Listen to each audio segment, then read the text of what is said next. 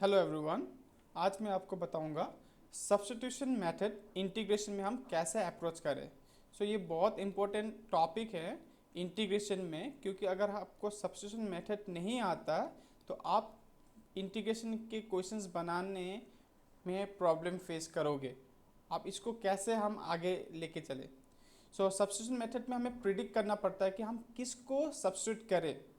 ये यहाँ पर बहुत इंपॉर्टेंट रोल प्ले करता है कि हम किसको करें। मेरे पास दो कंडीशन होते हैं जो मैं आपको बताता हूँ। सबसे पहला कंडीशन ये है कि आपके पास जो भी फंक्शन है इंटीग्रेशन के अंदर, उसमें सबसे ज़्यादा कॉम्प्लिकेटेड पार्ट कौन सा है। क्योंकि कॉम्प्लिकेटेड सब्स्टिट्यूशन मेथड इसलिए करते हैं कि कॉम्प्लिकेटेड पार्ट को हम सिंप्लीफाई कर सकें। ठीक है, तो इसलिए आपको पहले चूज करना पड़ेगा कॉम्प्लिकेटेड पार्ट क्या है। तो जब आपने इसको चूज किया हुआ है तो जब प्रैक्टिस कर रहे हो तो आपसे कुछ गलती हो सकती है, लेकिन जब आप थोड़े दिन के बाद 3-4 दिन बाद आप जब सेशन कर चुके होंगे तो 3-4 दिन बाद आप चेक करोगे तो आपको ये पता होना चाहिए कि आप जिसको सब्स्टिट्यूट करने के लिए आप रेडी हो उसका डिफ्रेंशिएशन करना जरूरी है। उसका डिफ्रेंशिएशन क्या आपके इंटीग्रेशन फॉर्म में कहीं पर रेडी है कि नहीं। तो मतलब आपका डिफ्रेंशिएशन पार्ट जो क्लियर होना पड़ेगा विथ रेस्पेक्ट टू एक्स मान लेते हैं फॉर एग्जांपल। ठीक है, जो भी आप इसको सब्स्टिट्यूट करते हो उसको डिफ्रेंशिएट करना यहाँ पर कंपलसरी पड़ता है। और वो डिफ्रेंशिएट फॉर्म जो आउटपुट ऑफ डिफ्रेंशिएशन क्या हमारे वो वहाँ पर इंटीग्रेशन में है कि नहीं। ये दो अगर आपने ट्रिक समझ लिया तो आपके सब्स्टिट्यूशन मेथड में कभी प्रॉब्लम नहीं होगा। अगर आपका सब्स्टिट्यूशन मेथड में कभी प्रॉब्लम नहीं हुआ मतलब आप इंटीग्रेशन भी आप आसानी से कर सकते हो। अब देखिए मैं एक क्वेश्चन लेता हूँ जहाँ पर मैं ये स्टेप्स प्रीफर करूँगा। मेरे पास है यहाँ पर x साइन x का स्क्वायर। ठीक है, मैं आपको एक चीज़ बताता हूँ। ट्रिगोनोमेट्रिक फंक्शन के अंदर हमारे कॉम्प्लिकेटेड पार्ट होते हैं। अब वो कैसे पता लगता है कॉम्प्लिकेटेड पार्ट, देखिए नॉर्मली हम जब किसी भी को एड्रेस करते हैं ट्रिगोनोमेट्री से हम क्या बोलते हैं, sine theta, sine x, sine y, isn't it. लेकिन उसमें हम एक्स का स्क्वायर है ना, और भी कोई कॉम्प्लिकेटेड पार्ट हम कभी यूज़ नहीं करते। उसी तरह लॉगरिथम के अंदर या एक्सपोनेंशियल के ऊपर या स्क्वायर रूट के अंदर ये सारे क्या है हमारे कॉम्प्लिकेटेड पार्ट हमें दिखा रहे हैं। ठीक है, यहाँ पर दिखना बहुत इंपॉर्टेंट प्ले करता है कि विजुअल आपका क्या है इंटीग्रेशन में, अदरवाइज क्वेश्चन करना बहुत मुश्किल होगा। ठीक है, मुझे पता है कि आप नॉर्मल तो सारा कुछ एक्स तो नॉर्मली होता ही है, साइन भी नॉर्मली होता है, लेकिन एक्स का स्क्वायर ये थोड़ा सा abnormal as compare to other function. मैं क्या कर लेता हूँ, एक्स का स्क्वायर को मैं टी एज्यूम कर लेता हूँ। मेरा जो पहला पार्ट था मैंने आपको यहाँ पर बता रखा है कि कॉम्प्लिकेटेड पार्ट कौन सा उसको चूज करना। सेकेंडली आपको उसको डिफ्रेंशिएट करना है। तो डिफ्रेंशिएट करना तो आपको, क्योंकि आप इंटीग्रेशन में आ चुके हो मतलब आप डिफ्रेंशिएशन कर चुके हो। ठीक है, अगर आप डिफ्रेंशिएशन कर चुके हो तो डिफ्रेंशिएशन ऑफ एक्स स्क्वायर आपके दिमाग में प्ले कर लेना चाहिए कि differentiation of x square is 2x। ये जो 2 है कांस्टेंट, उसका लिए कभी डरना मत, क्योंकि कांस्टेंट को हम इधर उधर एडजस्ट कर सकते हैं। लेकिन what ever that variable x आपके यहाँ पर देखिए, आप देख सकते हो एक्स यहाँ पर है। ये प्रॉब्लम क्रिएट नहीं होगा कि ऑलरेडी आपके पास वो चीज़ जो आपका आउटपुट है डिफ्रेंशिएशन का वो ऑलरेडी इसमें है। ठीक है, तो आप देखिए क्वेश्चन को कैसे अप्रोच करेंगे। इस x के जगह पे मैं x लिखता हूँ, साइन के जगह पे मैं साइन लिखता हूँ, x का स्क्वायर को मैंने t मान रखा है और dx को हम क्या लिखें, तो इसको जो है जिसको हमने एज्यूम कर रखा है इसको हम डिफ्रेंशिएट करते हैं। d by D x of X का square equal to D T by D X. हमारे पास आउटपुट क्या आएगा, 2x equal to dt by dx. Now I can find dx equal to dt by 2x. So in place of dx I can write dt by 2x. तो देखिए यहाँ पर x और x cancel out. Integration of sine t और ये जो 2 आए तो कांस्टेंट बाहर निकल जाएगा और dt। आप देख सकते हो integration of sine t is what, formula पता है, माइनस कॉस t। तो बाकी सब कुछ सेम रहेगा, प्लस सी लगाना मत भूलना। ठीक है, प्लस से जो होता है वो एरर कुछ होता है जो कांस्टेंट वगैरह वो इसमें रह जाता है, क्योंकि कभी कभी हमारे जो आंसर होता है ना, मैंने एक निकाला आंसर, मेरे दोस्त ने एक आंसर निकाला, वो दोनों मैच नहीं करता क्योंकि कुछ कांस्टेंट का फर्क पड़ता है और वो कांस्टेंट उस सी में के अंदर हो सकता है। अगर एरर सी 0 है तो कोई प्रॉब्लम नहीं, अगर एरर कुछ है तो वो यहाँ पर सी के अंदर डिफाइन रहेगा। तो देखिए -1/2 एज इट इज, साइन के इंडेक्स में माइनस कॉस टी था, माइनस कॉस आपका जो भी है टी जो आपने एज्यूम कर रखा था एक्स का स्क्वायर प्लस सी। तो देखिए हमारा ये आंसर आ गया। तो अप्रोच सही रखोगे तो आपका भी आंसर आ जाएगा।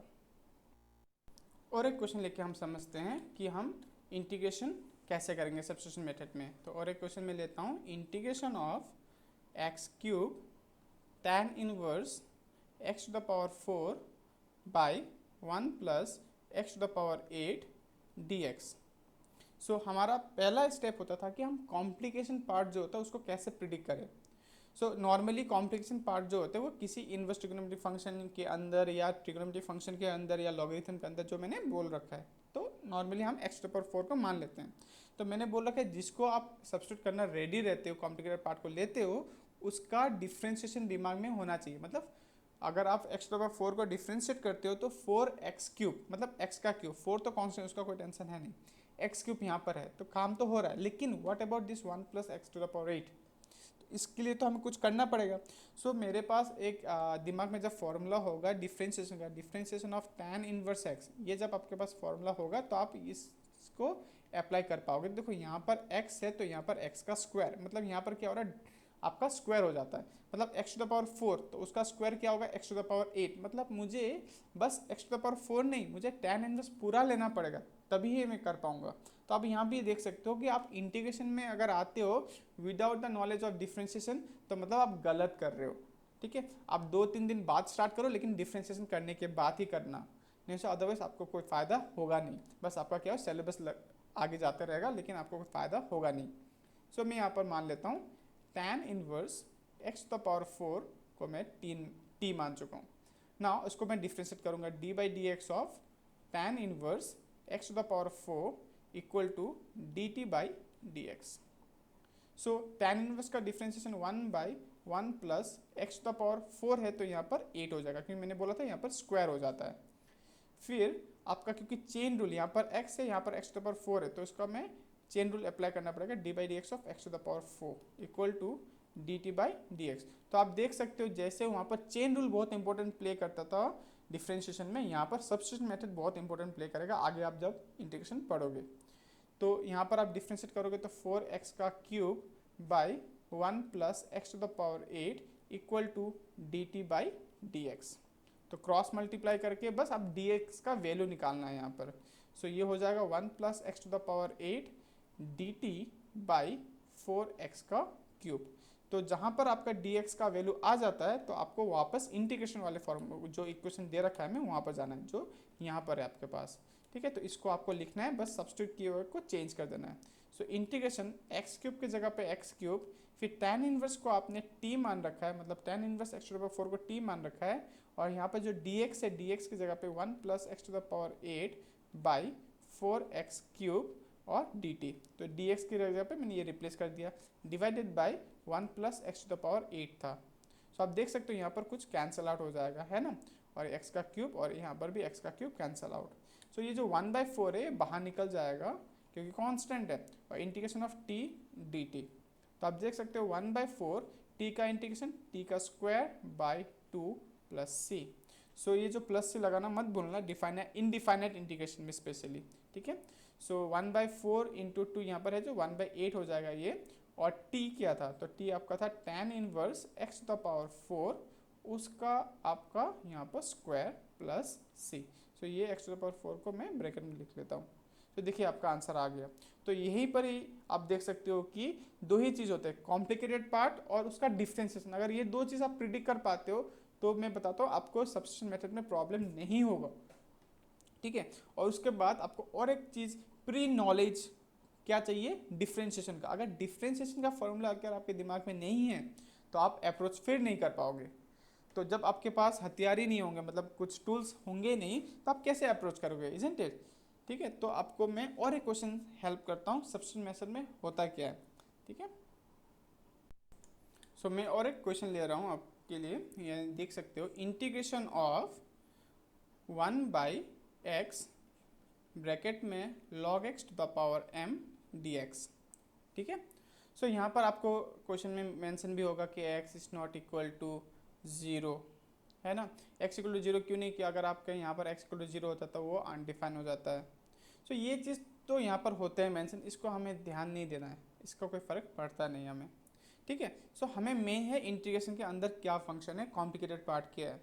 सो आप देख सकते हो कॉम्प्लिकेटेड पार्ट, नॉर्मली हम जब एक्सपोनेंट की बात करते हैं तो हमारे पास क्या होता है कि something y to the power something x to the power something, isn't it? तो यहाँ पर log x to the power something, तो log x आपका एक कॉम्प्लिकेटेड पार्ट हो सकता है नॉर्मली, यहाँ x तो कॉम्प्लिकेटेड पार्ट है नहीं। सो यहाँ पर कंपेयर करना पड़ता है, कंपेयर क्वेश्चन के हिसाब से किया जाएगा। सो log x नॉर्मली कॉम्प्लिकेटेड होगा। अब log x को अगर हम डिफ्रेंशिएट करते हैं, क्या उसका डिफ्रेंशिएट क्या, तो 1/x। सो देखो 1/x भी यहाँ पर है, मतलब हमारा ये काम कर जाएगा। So let log x equal to t, तो हमने इसको सब्स्टिट्यूट कर दिया। सो इसके बाद हम डिफ्रेंशिएट करते हैं, d/dx of log x equal to d/dx of t। So log x का differentiation 1/x equal to dt/dx। अब क्रॉस मल्टीप्लाई करते हुए उसको, सो इसका आंसर आएगा dx equal to x dt। So आपने क्या किया, log x को आपने t एज्यूम किया और आपने डिफ्रेंशिएट भी कर दिया, ठीक है। सो आप इंटीग्रेशन में वापस जाते हो, 1/x के जगह पे x लिखते हो, और यहाँ पर जो log x है उसको आपने t माना था, उसका power m as it is, और dx के जगह पे x dt। सो आपका ये जो x और ये x कैंसल आउट। तो आपको यहाँ पर ध्यान देना पड़ता है कि अगर आपका ये dt के रेस्पेक्ट में चेंज हुआ तो सारा टर्म्स t के रेस्पेक्ट में होना चाहिए और कोई वेरिएबल नहीं होना चाहिए। कांस्टेंट रह सकता है लेकिन और कोई वेरिएबल नहीं रहना चाहिए। सो यहाँ पर हम लिख सकते हैं t to the power -m, क्योंकि अगर हम डिनोमिनेटर से न्यूमरेटर में लेके आते हैं तो पावर का जो साइन है वो चेंज हो जाता है, और dt।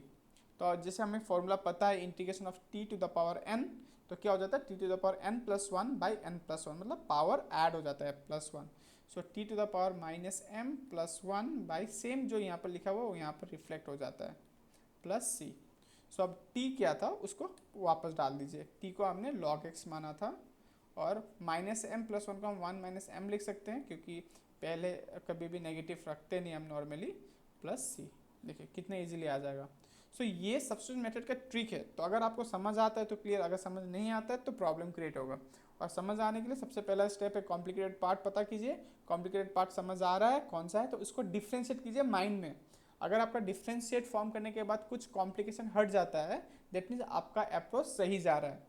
और इसके लिए आपको एक टूल चाहिए, वो टूल क्या है कि डिफ्रेंशिएशन के सारे फॉर्मूलेस, कंसेप्ट्स और स्पेशली चेन रूल, ठीक है। अगर ये नहीं आते तो अब आप इंटीग्रेशन में गलत में बैठे हो। अभी आपको पहले डिफ्रेंशिएशन करना पड़ेगा अगर आपका डिफ्रेंशिएशन क्लियर नहीं हो तो, ठीक है। सो डिफ्रेंशिएशन क्लियर कीजिए फिर आप इंटीग्रेशन कर सकते हो, अदरवाइज नहीं कर सकते आप इंटीग्रेशन, ठीक है।